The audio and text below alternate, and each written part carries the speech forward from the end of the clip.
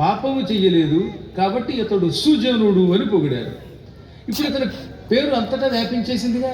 అదృష్టం, కొంతమందికి పేరు అలా వస్తుంది వాళ్ళు చేసే మంచి పనుల వల్ల.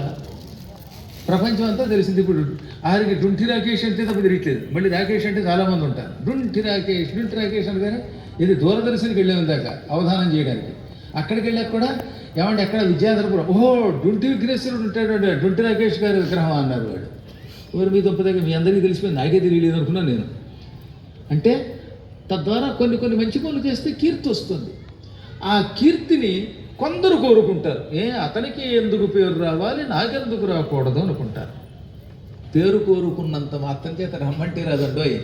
పేరులో నేమున్నది అనుకోకండి, పేరులో నేమున్నది. పేరులో ఏముంది? నేమ్ ఉంది. కాబట్టి పేరు రావాలంటే చాలా కష్టపడాలి.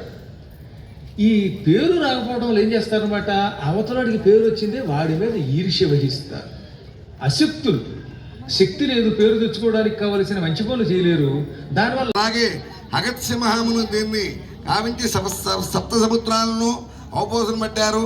3 నెలలు చేసి విఘ్నేశ్వర ప్రసాదం పొందారు. అలాగే నల చక్రవర్తిని ఎడబాసిన దమయంతి దేవి ఈ పవిత్ర చతుర్థి వ్రతాన్ని చేసిన నలుని పొందింది.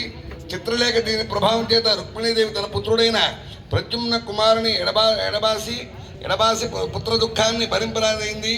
మన్మథుని మారు రూపాన్ని పొందిన ప్రద్యుమ్నుడు త్రిలోకైన సుందరుడు. అతను ఎడబాసిన రుక్మిణీదేవి దుఃఖం అంతా కాదు అనరాదుగా అనుభవిస్తోంది. తన తోటి వారి పుత్రులను చూస్తూ